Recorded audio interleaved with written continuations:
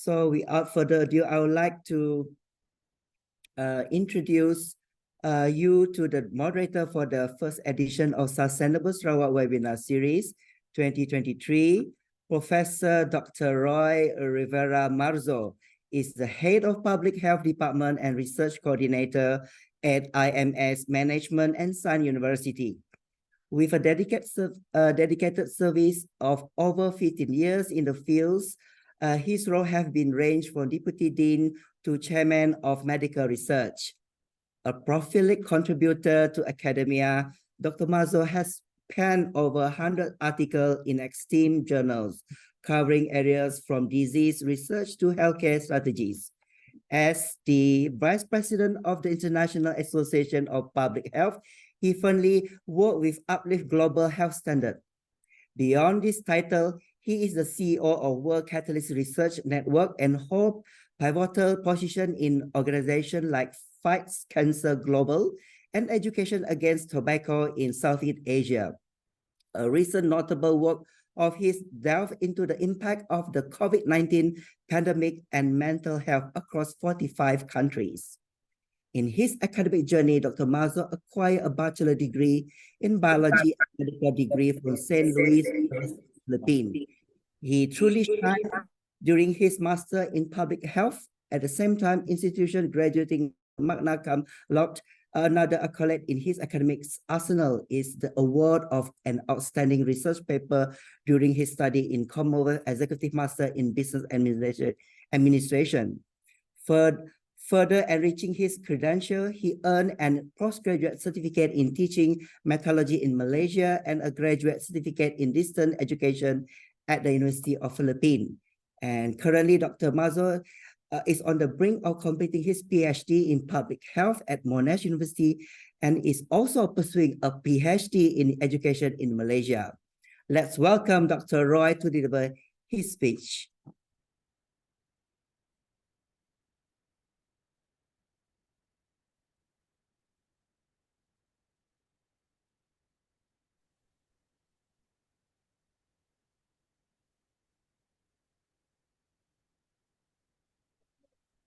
Good morning.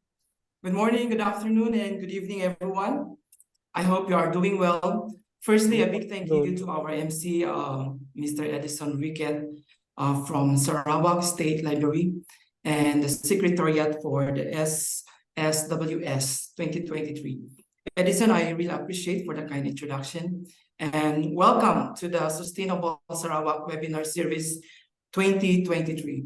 I am Dr. Roy Rillera Marzo, and I have the privilege of serving as your moderator for today. In this webinar, we are taking a closer look about digital health evolution, literacy, economics, artificial intelligence, and high-risk groups. And as the technology advances, it is very transforming how we approach the health, the education, and also even our finances. So my experience in global health research have really demonstrated the incredible power of innovations. So together we stay with the experts and the engaged participants like you. We will try to explore and learn and also shape the future. So let's embark on this enlightening journey together. So ladies and gentlemen, today we will explore into the future of health in our digital age. And we are privileged to have an experts from around the world, such as Dr. Stephen Chu from Australia, who will discuss the utilization of technology to enhance health. And at the same time, we have here Dr. Adnan Kiza, who will share insights on digital health from Norway. Additionally, we have Dr. SARAWAK Andersson from Sweden, who will address the significance of smart tools in healthcare. And we have also Dr. Ashar, Director of KUCHING General Hospital, Ministry of Health, Malaysia. He will spotlight the challenges of digital health literacy among the health risks in Malaysian public hospital. I understand your eagerness to hear from our experts. So kindly grant me a few minutes for the introduction, providing with you with an overview of today's webinar series. So imagine these two countries on opposite end of the healthcare spectrum. First, consider Ireland, a very high-tech hub where residents frequently have health tools at their fingertips. So if they want to see a doctor, there's an app for that. So with these higher incomes and technology-savvy population, Ireland exemplifies the promise of contemporary or modern healthcare. Now let's journey to the Democratic Republic of Congo. While this nation boasts a very strong community ties, still it grapples with many myriad challenges such as long distances to healthcare facilities and also lack of medical resources, limited access to clean water and sanitation, frequent outbreaks of diseases, and an overburdened health infrastructures. So in essence, while Ireland enjoys the luxury of digital health, Congo highlights the struggles and hopes of many around the world. Indeed, it is a true reflection of a diverse healthcare landscape globally. This data source from Statistical Market Insights as of September 2023. And this graph shows the revenue patterns from 2017 to 2028 in three digital health market segments. We have the total revenue, the digital fitness of well-being, digital treatment of care. Additionally, also the online doctor consultations are also included. And there is really a clear rise in overall revenue, nearly doubling from 2017 to 2028. So what are the implications for these statistics? First, there will be dominance of preventive care. There will be strong revenue on digital fitness, and also being indicates a proactive consumers in health management. Secondly, there is also a potential for digital treatment growth and economic resilience. Despite external challenges, digital health market demonstrate consistent growth, showing its integral role in the consumers' lives. So as we strive to become a digital nation, there are also countries that are left behind. India has 730 million people without internet, while China has 375 million offline. In Ethiopia, if you can see on the slide, there are 83.30% of the population is also offline. So citizens from South Sudan, Somalia, and also from Burundi have over 89% offline. And did you notice all these countries come from the low-income countries? And this data highlights that there's really a large gaps in internet access globally. I believe making digital health literacy is not just a choice, but it is an imperative. There should be a policy addressing digital inclusions, especially for the low-skilled and low-literate populations.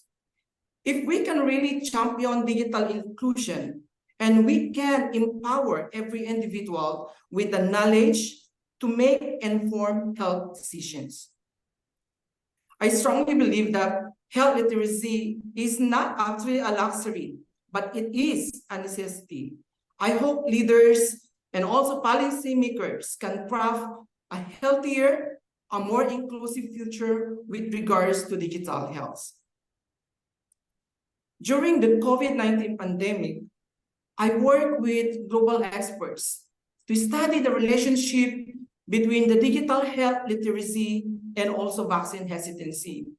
And we found out that understanding online health information or a good digital health literacy deeply affects the views of the COVID-19 vaccine. In essence, digital health literacy indeed are crucial for making informed health decisions and also to lower vaccine hesitancy. So what is the main implications of these studies? We need to promote digital health literacy, because it really helped reduce misinformation and also fake news. So they could have a better health, we can have a better health outcomes or improve quality of life. In 2022, doctors and clinicians were the most trusted sources of health information with 77% trust. Digital health apps and websites have a very mixed trust levels with 28% and 16% of trust respectively. But social media groups were the last or the least trusted for health information with only 11% trust and with a high of 59% distrust. I feel that digital health in healthcare is very crucial to ensure the privacy and also the security of patient information, and also to foster confidence in the accuracy and also the reliability of the digital health tools. Without it, patients and providers may hesitate to adopt digital health solutions. So thus, a big challenge now is how to enhance trust in digital health. And I'll keep that questions open as we might receive some insights from our experts later on. The graphic illustrates the complexities of the digital health divide, and thus it really emphasizes that the broadband internet access is very crucial and as a social determinant of health. The image underscores the complexity of bridging the technological gap. And the digital divide is not actually solely based on economic means, but it also encompasses different lines and angles such as social, cultural, and also geographical dimensions. In the modern era, artificial intelligence plays a very transformative role in advancing these sustainable developmental goals. And through this data analytics, automation, and most importantly, the predictive modeling, artificial intelligence can actually amplify our efforts in disease prediction, resource allocation, as well as health education. So with artificial intelligence, we are better equipped to address the root causes of health disparities and forced to path towards a healthier and a more equitable world. So I'd like to draw your attention to this crucial depiction of digital health challenges and potential. You know, even in Europe, digital health also faces a myriad of challenges, ranging from the intricacies of setting up and also scaling health services to the pressing concerns of privacy, security, and also consent.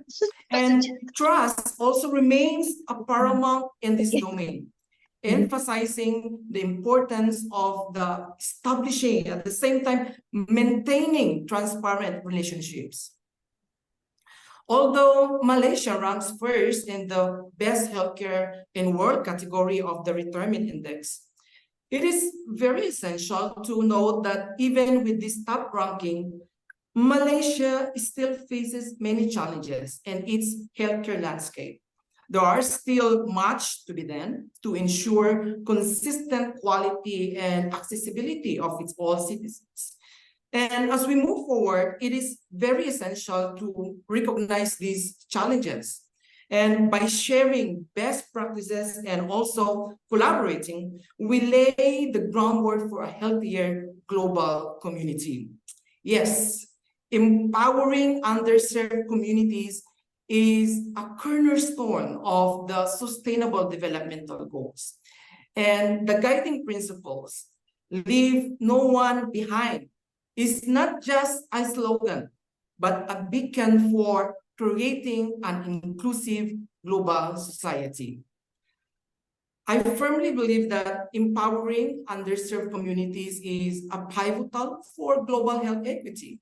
When we uplift these communities, we are not only addressing immediate health disparities, but we are also building a foundation for a healthier, more resilient future.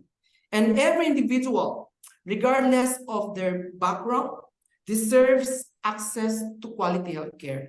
And ensuring is not just a matter of justice, but it is a critical step towards achieving our health goals.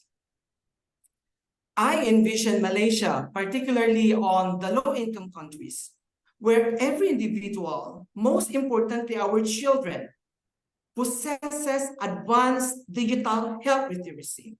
This is not just about using technology, but understanding how digital tools can be harnessed to improve one's health well-being.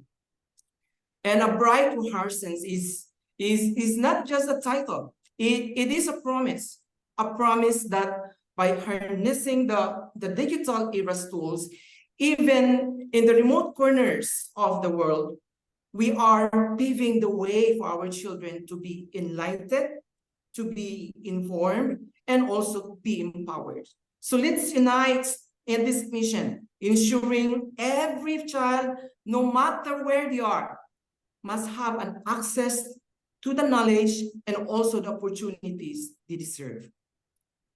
Then as we stand on the crossroads of innovation in healthcare, our mission is very, very clear: to craft a future where technology is the heartbeat of global health. And tomorrow's digital health landscape won't just be about the machines and data, but it will be a symphony of human touch, amplified by digital precision. We're not merely integrating technology into healthcare, we are infusing humanity into technology. So the future is not just digital, it is personal, it is human, it is ours to shape. So let's embark on the transformative journey, united purpose and vision. And the future of health is digital. The future of digital is humans. However, we need to always remember that as we innovate or as we evolve, let's ensure our technologies are centered around human well-being and also inclusivity. Thank you so much, everyone. Now let's move on to another session. Before we dive in, a few housekeeping information. If you have any questions for our esteemed speakers, please type them into the chat box as they arise. And our dedicated secretariat team will gather all these informations, these questions for our Q&A sessions, which will take place after all these speakers are presented. Now, so we encourage everyone to turn on your camera if possible. So that would help to foster our more engaging and more interactive sessions when we can see one another. So let's begin with our first speaker. For that, I would like to call Mr. Edison to do the honors. Over to you, Edison. Thank you.